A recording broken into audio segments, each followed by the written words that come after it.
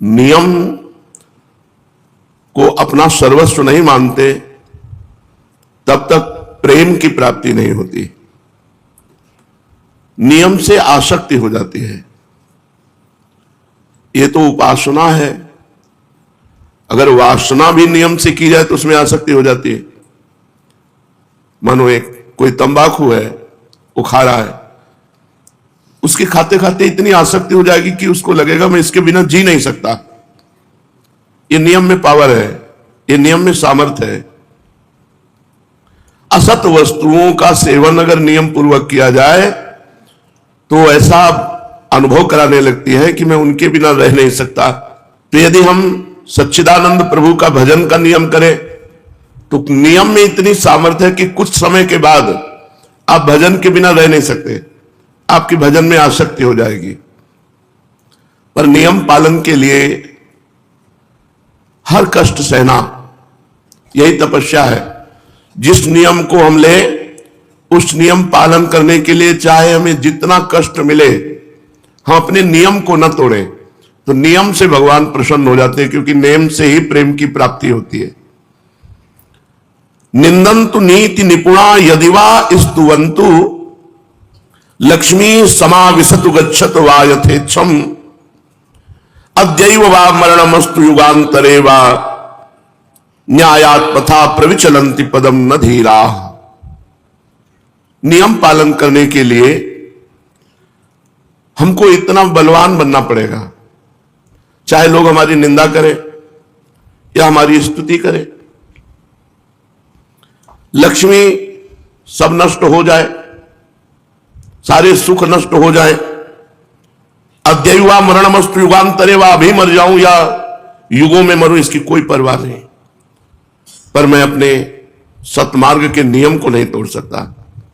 नियम बहुत बड़ी महिमा है। बलराम ब्रजवासी एक ब्रजवासी के नियम की बात बता रहे थे कि वो अपने गुरुजी का गुरुमंत्र 4 घंटे नियम पूर्वक जपते। तो जिस नियम में वो जप कर रहे थे उसी समय उनको सूचना मिली कि उनका पुत्र मथुरा और वृंदावन के बीच में एक्सीडेंट में मर गया है।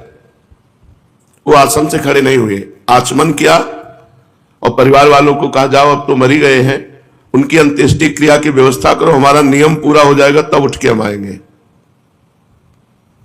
कितनी बड़ी बात है कि एक पुत्र वो भी मरणासन अवस्था में, और हम उस समय नियम का पालन करने की बात करें। धीरा वही धैर्यवान है जो अपने नियम का पालन करे। नियम के पालन में देवता भी विघ्न डालते हैं, माया भी विघ्न डालती है, पर जो नियम ले कम से कम 12 वर्ष तक उसका पालन करे तो बहुत बहुत लाभ उसे प्राप्त होगा। आज किसी की आध्यात्मिक विशेष उन्नति इसीलिए नहीं दिखाई देती, नियम की पूर्ति की तरफ किसी का चिंतन नहीं है। हमारा नियम है, हम इतने बजे जगते हैं, इतने माला करते हैं, इतना पाठ करते हैं, सत्संग जाते हैं, अमुक अमुक हमारी दिनचर्या है। मनाया माला चला ली, मनाया नियम। चैतन्य महाप्रभु जिनका पावन चरित्र आप सुन रहे हैं, नियम बना दिया, पूरी रात श्रीवास के घर कीर्तन होगा।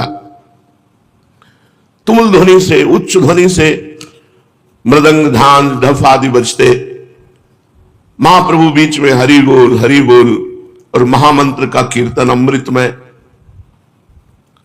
आसपास के जो लोग थे, जो श्रद्धावान थे, उनके हृदय में उत्साह प्रकट हुआ कि काश अगर ये दरवाजा बंद करके कीर्तन न करते तो हम लोग भी सम्मिलित हो जाते। तो जो अनाधिकारी थे उनके भी हृदय में जलन हुई, किसी तरह कीर्तन बंद होना चाहिए। ये झांझ पीट पीट कर पूरी रात सोने नहीं देते। जो विषयी पुरुष होते हैं उनको भागवतिक पुरुषों से द्वेष होता है अपने आप। यद्यपि भागवतिक महापुरुषों के द्वारा उनका कभी अमंगल नहीं, तो द्वेष का कारण ही कोई उपस्थित नहीं हो सकता। भक्तों के जीवन में ऐसे कोई आचरण नहीं होते कि किसी व्यक्ति की जलन का कारण बने।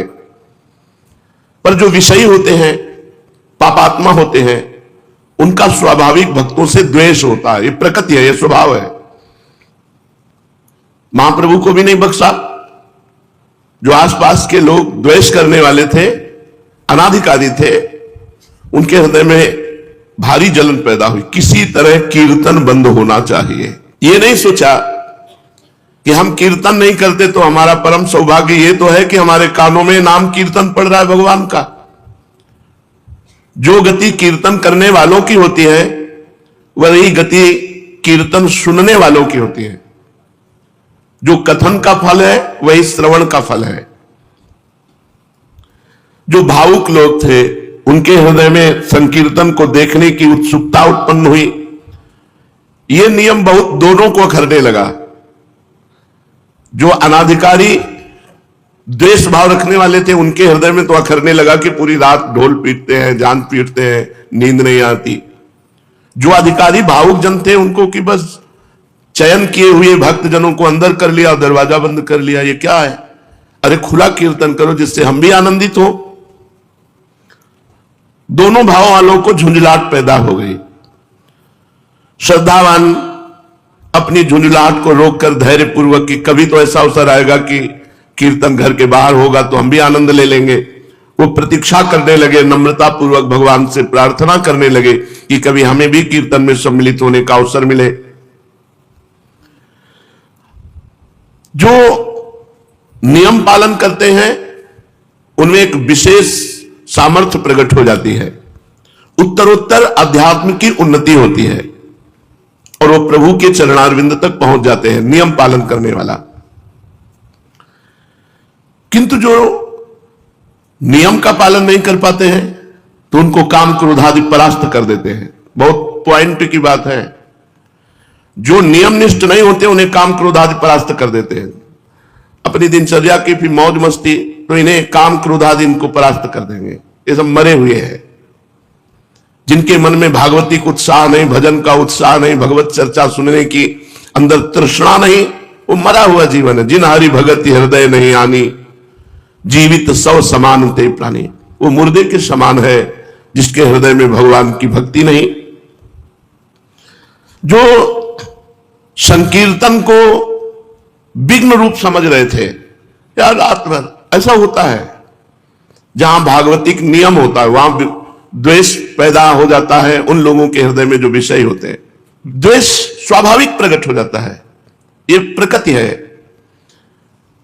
बहुत से शत्रु भाव रखने लगे महाप्रभु के प्रति। ये कीर्तन बंद होना चाहिए। वैष्णवों को देखते ही रुद्र दृष्टि से जहां शाम हुई, ढोल मंजीर आदि लेकर वैष्णव जन एकत्रित होने लगे श्रीवास के घर में। तो जो विद्वेषी थे उनके हृदय में जलन पैदा हुई कि किसी तरह कीर्तन बंद होना चाहिए।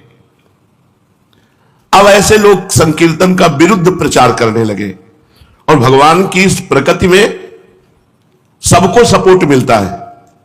सबको देखो, देश रक्षा के लिए प्राण समर्पित करने वाले राष्ट्र सैनिक बनने का उत्साह रखते हैं तो आतंकवाद में भी प्राण समर्पित करने वाले हैं, उनकी भी फौज है। ये प्रकृति ऐसी है कि सबका सपोर्ट कर देती है। अब वो लोग शुरू हुए कि अरे पूरी रात भर न जाने क्या क्या होता है श्रीवास के घर में। शाम से भक्तजन ये अंदर जाते थे और वहां प्रचार प्रसार होने लगा। क्या क्या होता है? विरुद्ध प्रचार। संकीर्तन को बंद कराने के लिए बुरे बुरे भाव प्रकाशित किए गए।